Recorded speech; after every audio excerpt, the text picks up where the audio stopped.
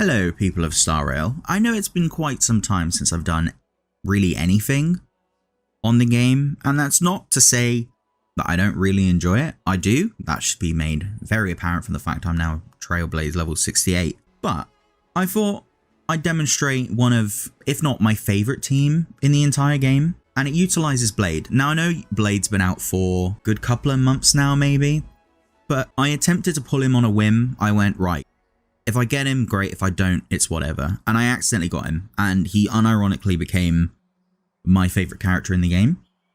And as time has gone on, I've just loved him even more, and I'm slowly making him better as time goes on. And this is by far my favourite team with the lad. So I thought I'd just sort of demonstrate it to anyone that is either thinking of getting Blade in the future or has Blade and doesn't really know how to build them. Personally, this is how I like to formulate his team, but let's get into it. To put it simply, this is the Blade team.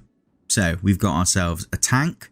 Now, the great thing about this team is it is relatively flexible, as in pretty much all of these characters can be replaced with the exception of Blade, obviously, otherwise it wouldn't be a Blade team. So we have a tank slot. We have Blade, obviously, we have a healer of our own choice, and we have Yukong. Personally, I really like Yukong in this team, but we will get into it. Now, I will say, another alternative in terms of the tank slot is you could use a Fire MC. You could also probably get away with Gepard, but I don't have Gepard, so I physically cannot make a comment on whether he's good or not. I like Clara, though, because Clara she's hybrid tank DPS. It's very nice, it's very convenient, and she works with the rest of the team. So I like Clara in this slot. Unless I'm against something particularly difficult and she just keeps dying, in which case I will throw in Fire MC, because Fire MC just tanks so much damage. So with Clara, let's have a cheeky look at what her stats are. So my Clara is, to say she's far from perfect would be an understatement. I mean, look at her crit rate, crit damage. She has a lot to be desired. Quite frankly, at the minute, she's not even level 80. Clara is a very much ongoing work in progress that I currently have. But these are the stats that we currently have going for her. It's not particularly impressive. Her light cone, I've only just changed it to on the fall of an Aeon. I did have it as, what was it? Is it the moles one? Yeah, the moles welcome you. And then as it turns out, you can only really trigger twice and it isn't that useful, whereas on the fall of Aeon it stacks a little bit better. I've not really tried it out, but I'm looking forward to giving it more of a go. And the great thing is that it's free, so everyone can get it. In terms of her traces, she is ascended to Ascension level 6, so she's not completely done. She's only at level 70. This is why I would heavily recommend you ascending her, because Svarog's counter damage is kind of needed for Clara's damage to be not completely negligible. Before I accessed this, I could not stand Clara. Her damage was just so insignificant, I couldn't stand it. Again, need to get this as well.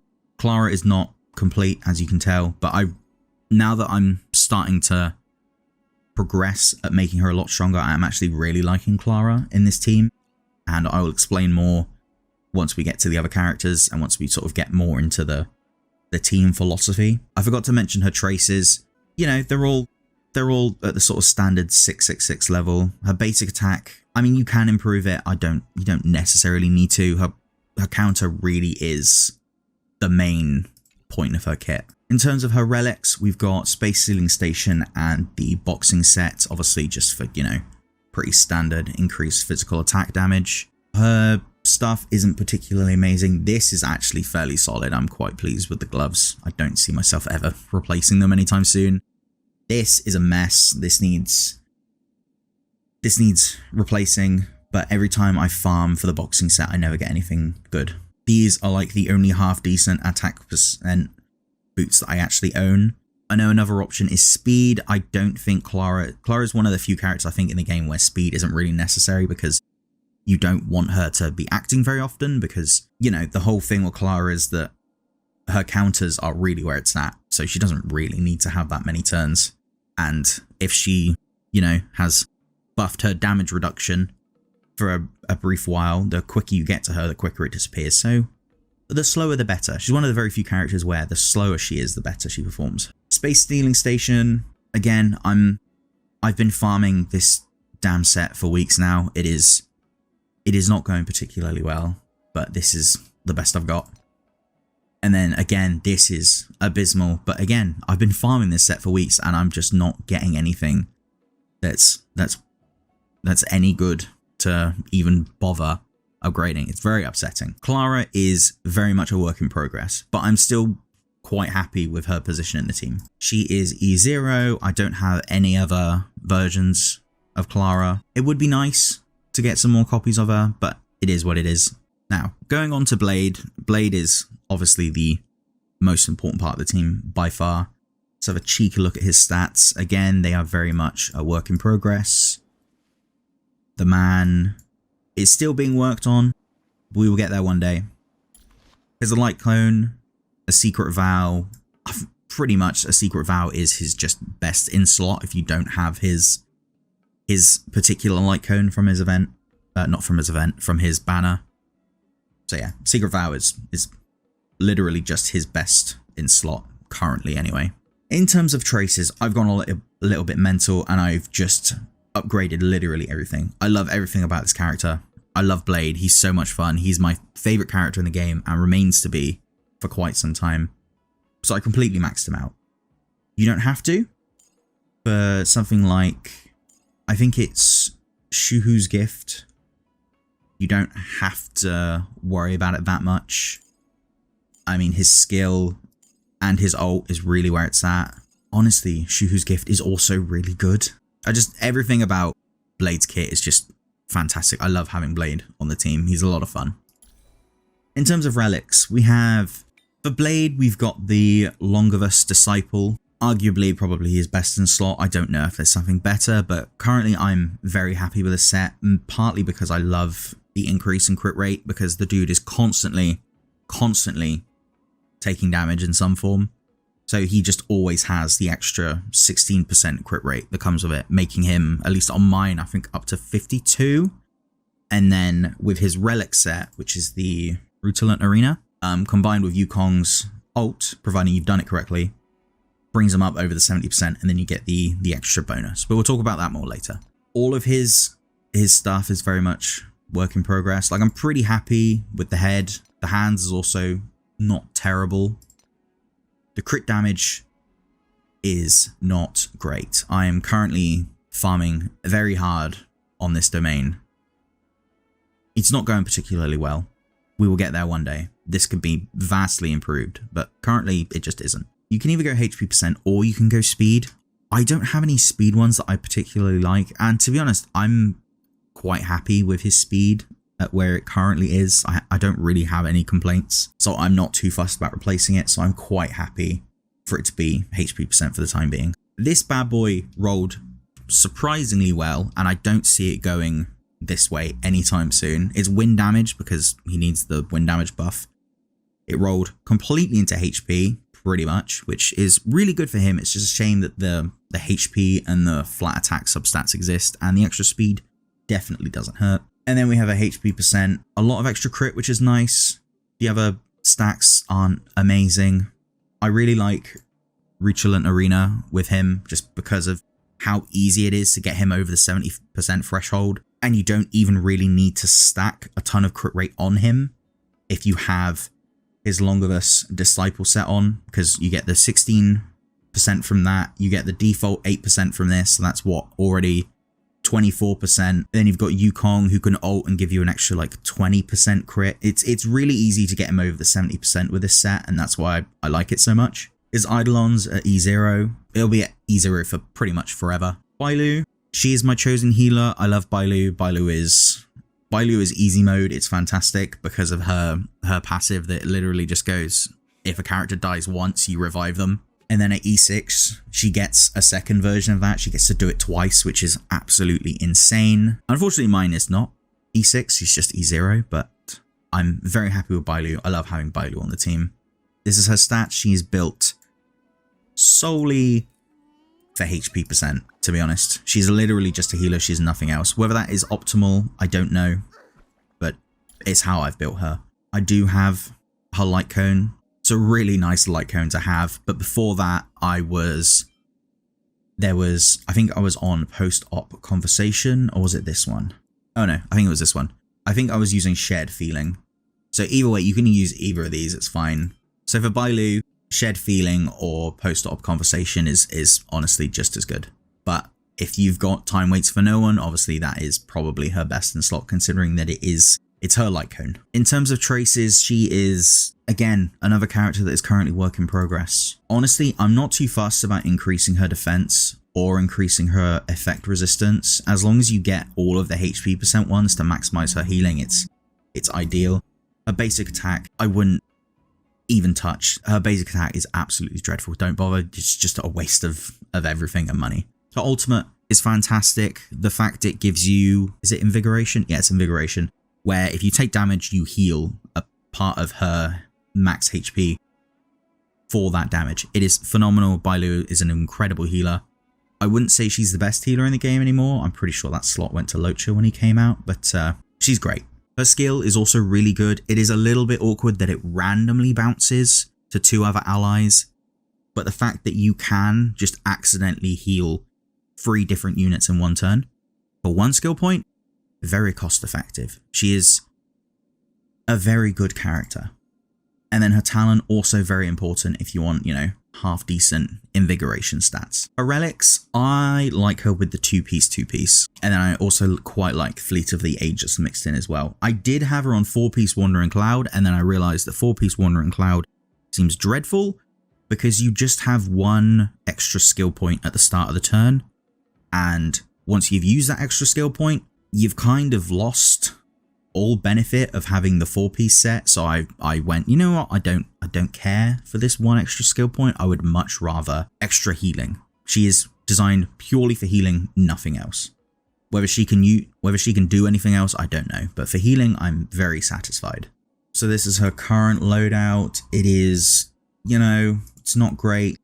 We got the outgoing healing boost for this one, which is what I quite like. We got speed. I'll be honest, I don't know how I got so lucky to get so much HP percent in a speed boot. I like her with a lot of speed. The quicker she can heal people, the better. And the best part is if she doesn't need to heal anyone, she can just basic attack and get you a skill. So I find that very beneficial. But obviously, if you're struggling to stay alive, then HP percent is probably what you want to be doing. HP percent for this one, and then HP percent for this one. Pretty much just as much healing as you can physically muster. But yeah, Fleet of the Ageless for a bit of extra HP. Then you've also got the plus 120 speed to make sure everyone gets a little bit extra attack, the increased outgoing, and the increased max HP. My Bailu is not complete, but I'm very happy with her character. Overall, I never have any complaints when using my Bailu. Unfortunately, she is also E0. I have not been lucky enough to get any more copies of her. One day. Not today though, unfortunately. But yeah, you don't need her E anything. Yukong. Now this might be a contentious one. When Yukong came out, I was amazed by everything she provided, and everyone else seems to not really care about Yukong, and I find that absolutely flabbergasting. But she seems really strong for certain teams, and one of the teams I feel is with Blade. And the main reason is because her ultimate, providing you've done her skill, as long as Roaring Bowstrings is active, if you use her ult, everyone gets increased crit rate and increased crit damage. The damage it provides, you know, it's not negligible, it's quite nice, but the increased crit rate and crit damage is just beautiful, and I love her in my Blade team for this exact reason. So these are her current stats. They are, looking at them, they are rough. Yukong is one of those characters that I always mean to build more and more of, and I just never get around to doing it because, to be honest, I hate farming for imaginary pieces. They just never show up. But I really like Yukong as a character. Her light cone, past and future. Yukong is a little bit dodgy, with the main reason being that you really have to speed tune her. I don't have a lot of teams that are particularly well speed tuned, and I wouldn't even argue this one is particularly well speed tuned. Currently, Yukong goes first, and then so does Blade. So Yukong and then Blade is ideally the rotation we want to be going. With Clara in the team, it is a little bit awkward. The fun thing about Clara is that I'm pretty confident if Roaring Bowstrings is active, which increases... Yeah, so when Roaring Bowstrings is active, the attack of all allies increases by whatever level it is percentage. So for me, it's 65%. Roaring Bowstring only loses a stack. Yeah, whenever an ally's turn ends, Roaring Bowstring loses a tick. It loses one of the 2 stacks it has.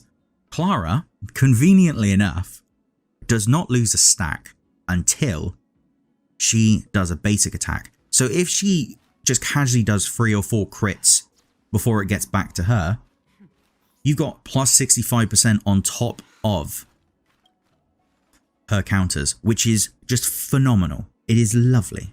At least in theory, that's how it works.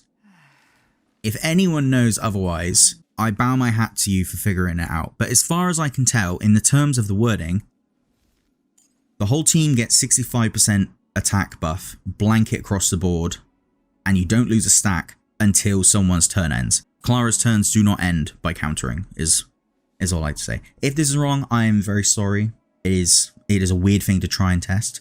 But as far as I can tell, Clara and Yukong weirdly combo. Going back to the light cone, we have past and future. For past and future, it pretty much just encourages you to really speed tune your team and to make sure that your main DPS is going next. Thankfully, Blade does in turn order. Usually is Yukong and then Blade, so Blade does benefit from the additional damage. You could also use... I did kind of fancy seeing if Carve the Moon, Weave the Clouds isn't half decent, because it's pretty much whenever it becomes Yukong's turn again, it'll switch between a buff. So you get energy recharge, or you get crit damage, or you also get an attack percent increase. They all seem really solid, and I'm kind of intrigued to try it out sometime. Now, I've not tried it out yet, I've not scaled this one at all, but I can kind of see its usefulness. But for now, Past and Future's already built, so I'm going to stick with it.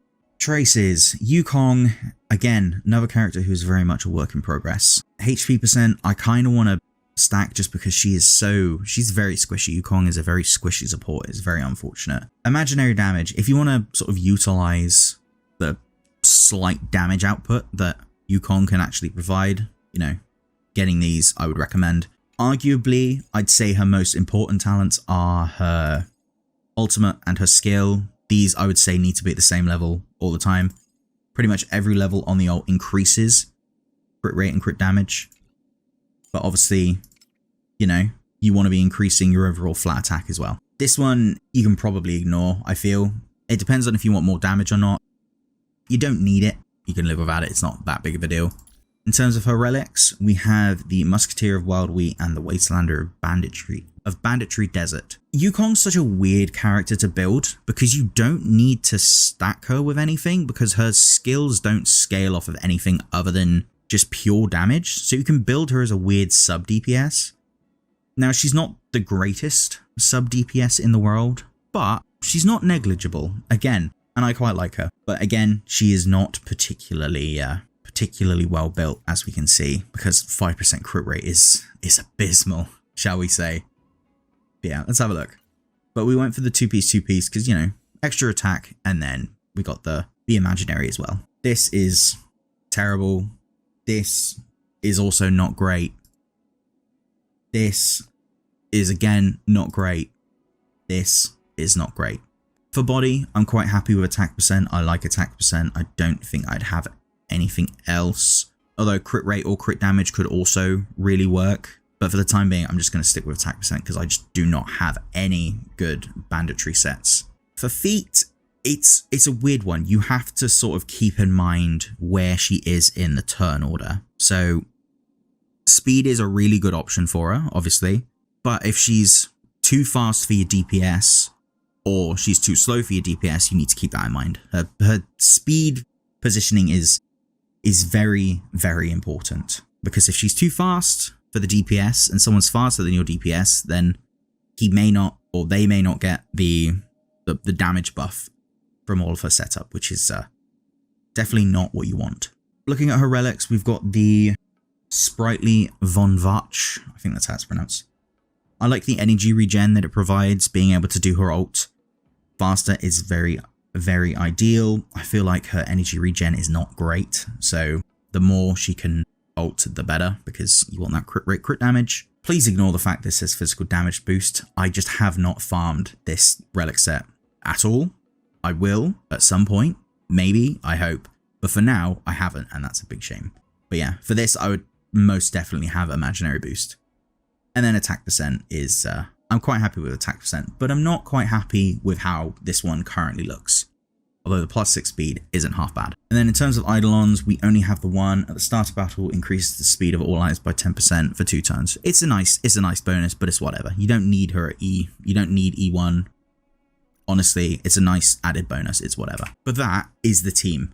So in essence, I adore this team, but you don't technically need these particular characters. You can replace Clara with Fire MC. I do all the time. If Clara is having a rough time surviving, Fire MC goes in. And then if I'm in Forgotten Memory and someone else is using Bailu, Natasha also works. I much prefer having Bailu because she's the one I've actually built.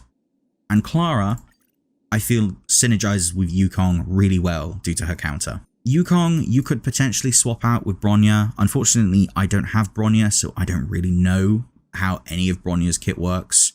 But for now, I am very happy to have Yukong on the team. One thing I almost forgot to talk about is positioning.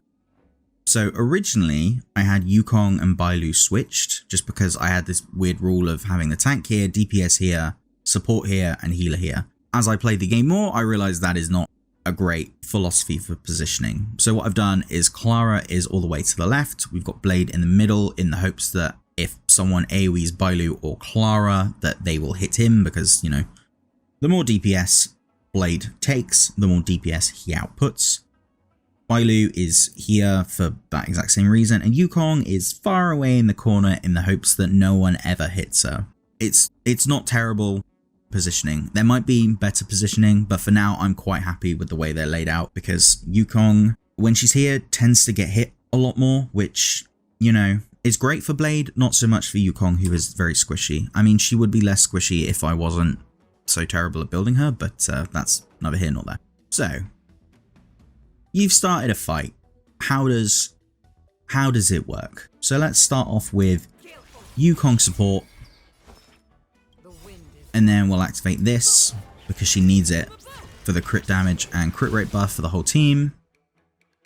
And now he should be at, he's now at 61 and 200%, and that's without taking any damage. So once he takes some damage, that should be over, I think, was it 72? Unfortunately, Bailu has been a cheeky sod and taken Blade's first attack. So I activated his E and then Q'd before his turn ended, because if his turn ended, the buff would be gone. But now that it's still here, we can do this. You know, 25k, nothing to sniff at. So the great thing about the team is that it isn't super duper skill dependent. For instance, Bailu only needs to heal when necessary, so she's always a great skill generator. Yukong is going to do a skill every turn regardless of whether you like it or not. Blade unfortunately doesn't seem to regenerate any skill points when he's enhanced, which is unfortunate, but you're only spending 1 skill point for 3 turns worth of enhanced attacks. So to be honest, it's a pretty decent trade-off. And then Clara, you know, Clara, you can just get away with basic attacking forever because Clara shouldn't really be doing much anyway. I know Clara has her AoE. To be honest, the AI uses it way more than I do. Speaking of AI, the AI isn't actually terrible at controlling this team. One thing we didn't demonstrate is this is Blade now with his crit rate buff without Yukong buffing anything. Once Yukong ults, his crit rate goes all the way up to, I think she currently increases by 25%. So that goes to 77% crit rate. So with Yukong on the team, he's pretty much guaranteed to crit all the time. So him being at such a low crit rate honestly doesn't faze me that much, because he gets to over 50 so easily, and then as soon as Yukong does skill into ult, you just have more than enough crit rate to trigger Rutilant Arena. So I was saying earlier that in terms of AI, the team isn't actually dreadful. This is, I think, Forgotten Hall 5 currently, and I've managed to get to Forgotten Hall 7. Completely just letting the AI do its thing, which honestly isn't half bad, because the AI for auto battles is not great. Sometimes Yukong will just ult without having her skill up, which is not good. That is not what we want, even in the slightest. But the overall output of the team, I'm very happy and satisfied with. I love this team. It is by far my favorite team in the game. I conquer all content with it just because I love the combination of everyone. Clara pairs great with Yukong because of her buff. Blade pairs great with Yukong because of the crit rate and the crit damage up. Bailu is just my best healer. Whoever my best healer is would go in this team. You could probably fit Locha into this team. Literally any healer would do the job.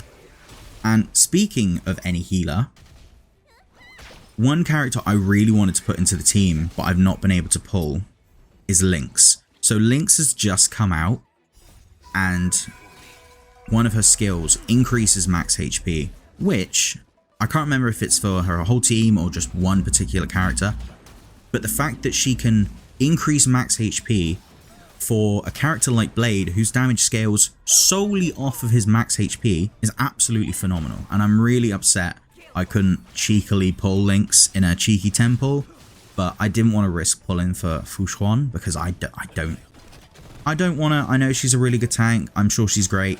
She's just not a character that interested me, so I didn't want to spend the primos, and I don't want to waste pulls possibly getting a character I don't want.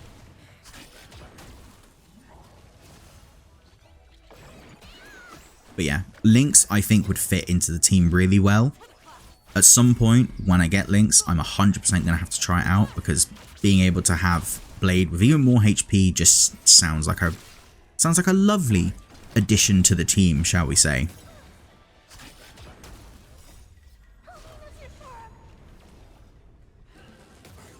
But yeah, overall, in terms of damage output, I'm fairly pleased. It's nothing, you know, they're not doing millions of damage or hundreds of thousands of damage, but they're getting the job done. And I'm sure if you played the team, it would play out much better.